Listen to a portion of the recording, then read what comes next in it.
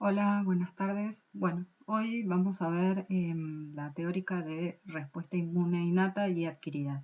Les aviso que es una teórica muy larga, la vamos a dividir en varias partes. La primera parte va a ser la respuesta inmune innata y luego vamos a seguir por la respuesta inmune adquirida, primero mediada por células B, o sea, la respuesta inmune adquirida humoral, y después la respuesta inmune adquirida mediada por células T, o sea, la respuesta inmune celular. Bueno, así que va a ser más larga, tómensela tranquilamente, pero es divertido, después les va a gustar. Bueno, todos los organismos, ya sean uni o pluricelulares, tienen la capacidad de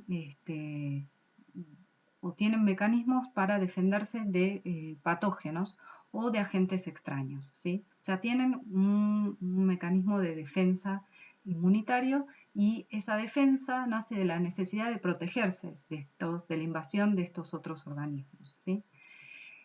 Por ejemplo, las bacterias se van a defender de virus a través de la síntesis de factores de restricción, que son proteínas intracelulares que van a bloquear la infección viral. Los invertebrados van a usar barreras protectoras, moléculas tóxicas o también estos factores de restricción, estas proteínas intracelulares, células fagocíticas que van a fagocitarse o a ingerir patógenos invasores. Y los vertebrados, digamos, también tienen o sea, los invertebrados tienen una respuesta inmune innata. En cambio, los vertebrados van a tener una respuesta inmune innata, pero también van a desarrollar una respuesta más elaborada llamada respuesta inmune adaptativa, ¿sí? Entonces, tenemos desde los organismos unicelulares que tienen mecanismos de defensa para reconocer, o sea, todos los organismos tienen mecanismos que le permiten reconocer lo propio de lo no propio. Los unicelulares con sistemas más simples y por ahí mediadas en muchos casos por barreras físicas. Los invertebrados ya tienen una respuesta inmune, ¿cómo se dice? Una respuesta inmune innata, y ya los vertebrados sí van a desarrollar una respuesta inmune adaptativa. Entonces, ¿de qué nos defendemos nosotros los humanos, por ejemplo?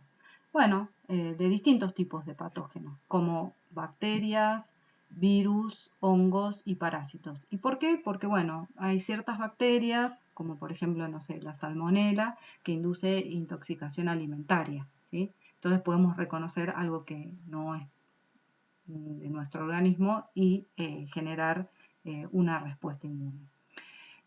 También, bueno, nada, vamos a reconocer todos estos tipos de patógenos y vamos a desarrollar una respuesta, que va a ser en un primer momento una respuesta rápida, ¿sí? Digamos, no específica, y luego nosotros vamos a poder generar una respuesta adquirida que es lenta y que va a tener memoria. Entonces, nosotros tenemos, digamos, dos tipos de respuesta eh, frente a una infección.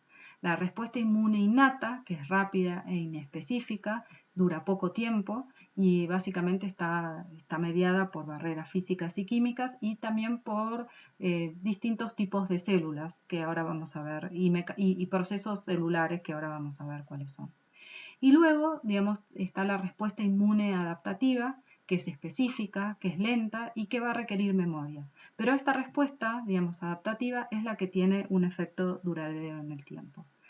Y la respuesta inmune adaptativa va a estar, hay un tipo de respuesta que es inmune celular, dado por linfocitos B y T, y una respuesta inmune humoral que es la que está dada por los anticuerpos, ¿sí? Que los anticuerpos son unas proteínas, son unas inmunoglobulinas que son fabricadas por los linfocitos B. Bueno, entonces tenemos que la respuesta inmune innata es inespecífica, mientras que la respuesta adquirida es específica. La respuesta inmune innata es antígeno independiente, o sea, va a reconocer todo lo extraño, ¿sí? En cambio, la adquirida es antígeno dependiente. La respuesta innata es inmediata, la adquirida tiene una fase de latencia, que después vamos a ver. La respuesta inmune innata no genera memoria, ¿sí? Porque siempre va a responder a todo, ¿sí? Mientras que la respuesta adquirida sí tiene una memoria inmunológica.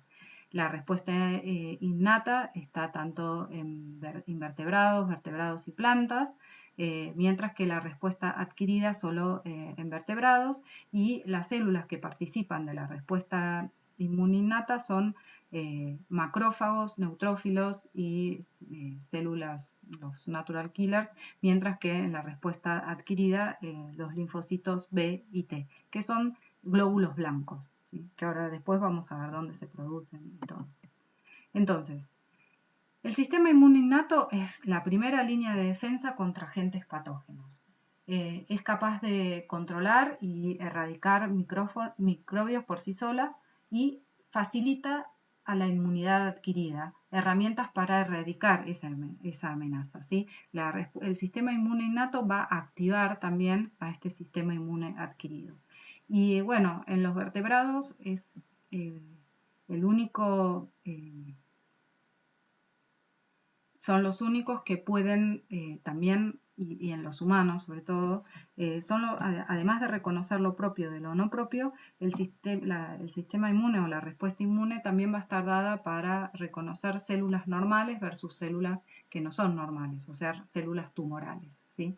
O sea, el organismo responde frente a células raritas, pero nosotros básicamente nos vamos a centrar en la respuesta del sistema inmune frente a lo no propio, ¿sí? No vamos a estudiar cuáles son los mecanismos que reconocen las proteínas tumorales. Igual muchas de las moléculas y células que participan en la respuesta inmune de lo no propio también participan en la respuesta inmune de lo no normal.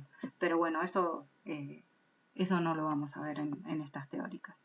Entonces, la respuesta inmune innata es la primera línea de defensa, es capaz de controlar y erradicar microbios por sí solas y también activa a esta respuesta inmune adquirida. Entonces, ¿cómo es el curso de la respuesta inmune? Bueno, la más rápida y la que ocurre dentro de horas es la respuesta inmune innata. Y esta respuesta inmune innata va a tener unas barreras físicas que, por ejemplo, en este caso, el epitelio va a tratar de frenar el ingreso de microbios.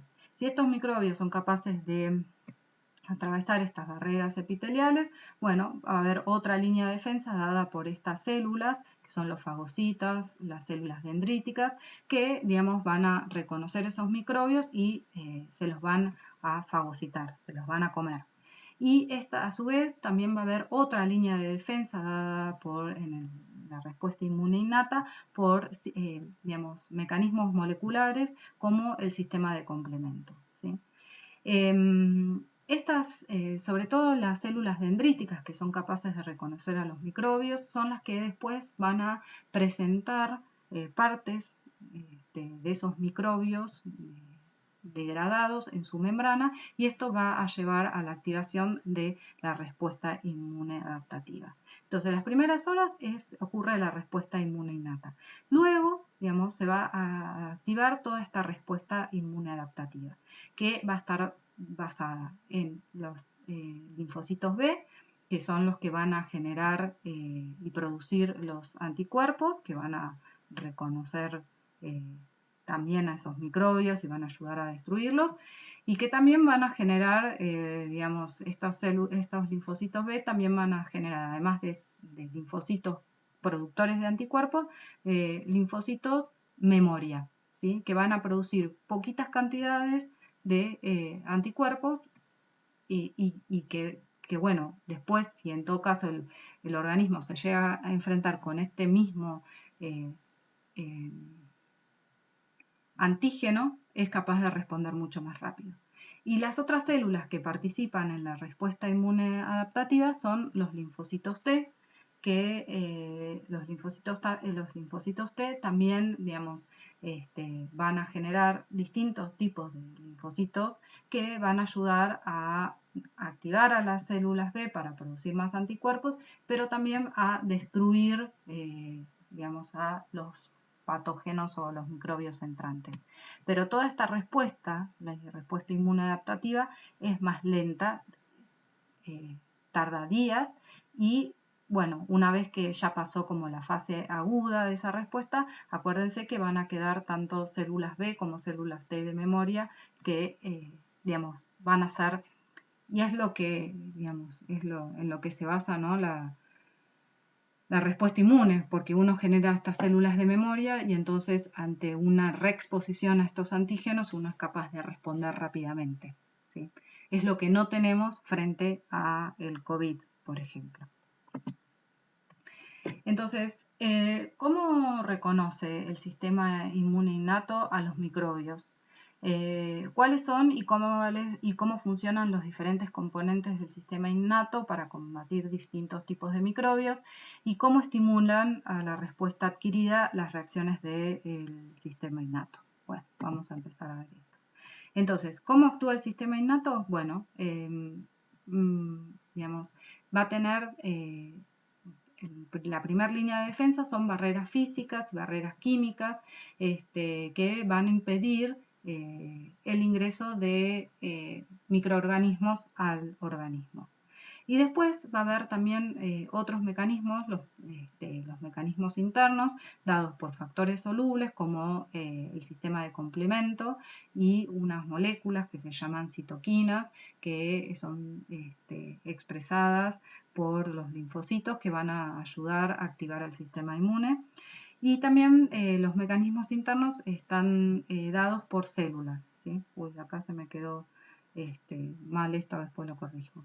Estas células son las células fagocíticas como macrófagos o células dendritas y células citolíticas, o sea que son capaces de matar, de lisar a las células infectadas, que son los natural killers o los killers, ¿sí?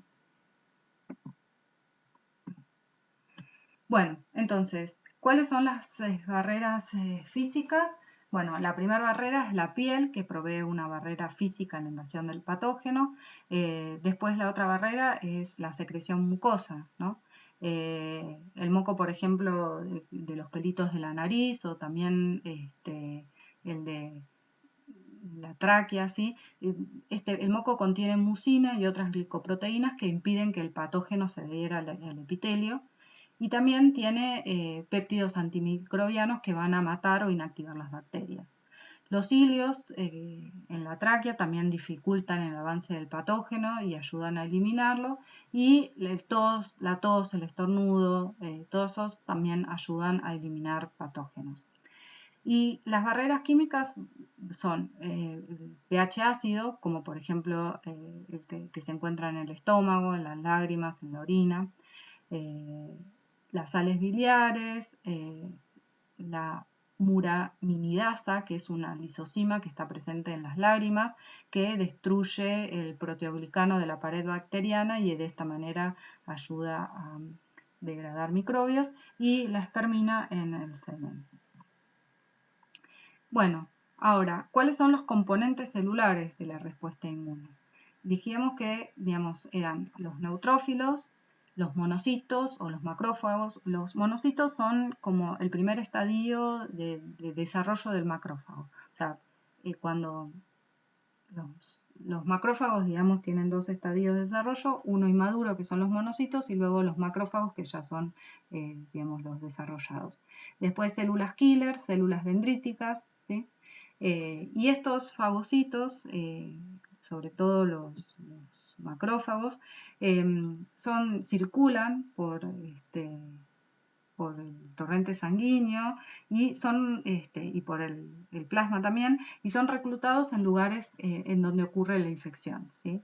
En donde por ahí un microbio pasa una bacteria, pasa al epitelio y en ese epitelio, digamos, comienza a haber una inflamación y los macrófagos son reclutados a esos lugares y, digamos, tratan de matar a ese patógeno y además, bueno, generan una cierta inflamación porque van a estar activando a toda la respuesta inmune. Bueno, ¿y cuál es la estrategia del sistema inmune innato? Bueno, esta respuesta se basa en el reconocimiento por parte de proteínas del huésped, o sea, del organismo, de tipos particulares de moléculas que son comunes a muchos patógenos y que se llaman patrones moleculares comunes o Pathogen Associated Molecular Patterns o PAMs, ¿sí? O sea, muchos de estos patógenos tienen estos patrones moleculares comunes o PAMs, ¿sí? En su membrana y estos PAMs van a ser reconocidos por proteínas que van a estar dentro del organismo. ¿Qué tipos? Existen distintos tipos de PAMs. Por ejemplo, la metionina formilada, que está presente en procariotas, el péptidoglicano de la pared celular bacteriana, los flagelos bacterianos, los lipospolisacáridos, que también están en la pared celular, moléculas que se encuentran en las paredes de los hongos, como glucano, quitina, el licofosfatidilinositol en parásitos como Plasmodium, o también pueden ser secuencias cortas en el DNA bacteriano, ¿no? Por ejemplo, motivos estos los CpG, que es, digamos, este motivo es 20 veces menos frecuente en DNA de vertebrados que en bacterias. Entonces es una manera de, o sea, funciona como un patrón distinto de lo que uno tiene, ¿sí?